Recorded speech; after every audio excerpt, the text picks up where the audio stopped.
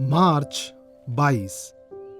हमारी प्रतिदिन की रोटी मिनिस्ट्रीज की ओर से आप सभी को नमस्कार। आज के संदेश का शीर्षक है विश्राम की अनुमति, एलिसा मॉर्गन की ओर से। आज के पवित्र शास्त्र का भाग उत्पत्ति अध्याय 1:31 से अध्याय 2:3 तक। तब परमेश्वर ने जो कुछ बनाया था सबको देखा, तो क्या देखा कि बहुत ही अच्छा है।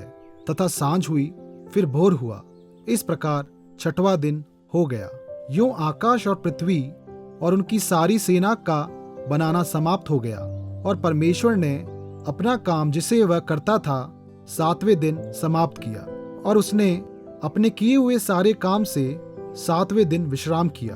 और परमेश्वर ने 7वें दिन को आशीष दी और पवित्र ठहराया, क्योंकि उसमें उसने सृष्टि की रचना के अपने सारे काम से विश्राम लिया।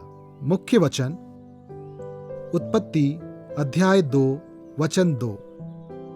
और परमेश्वर ने अपना काम जिसे वह करता था 7वें दिन समाप्त किया। और उसने अपने किए हुए सारे काम से 7वें दिन विश्राम किया। मेरी सहेली सूजी और मैं समुद्र तट के कुछ शिलाखंडों पर बैठकर समुद्र के झाग को धनुष्कार झल्ले उछालते हुए देख रहे थे। लहरों को एक के बाद एक चट्टानों से टकराते हुए देखकर सूजी बोल पड़ी, मुझे समुद्र से प्यार है, वह गतिमान रहता है, इसलिए मुझे जरूरत नहीं। क्या ये दिलचस्प नहीं है कि हम में से कुछ महसूस करते हैं कि हमें अपने काम से विश्राम करने के लिए अनुमति की जरूरत होती है। और बिल्कुल यही है जो हमारा अच्छा परमेश्वर हमें प्रदान करता है।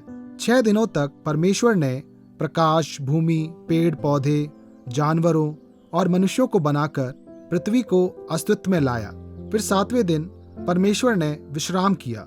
10 आज्ञाओं में परमेश्वर ने उसका सम्मान करने के लिए, स्वस्थ जीवन के लिए अपने नियमों को सूचीबद्ध किया, जिसमें सबत को विश्राम के दिन के रूप में याद करने की आज्ञा शामिल है।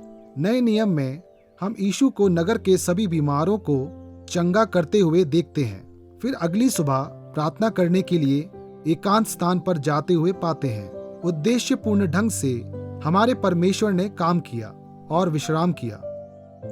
कार्य में परमेश्वर की व्यवस्था की लय और विश्राम के लिए उसका निमंत्रण हमारे चारों ओर गूंजता है।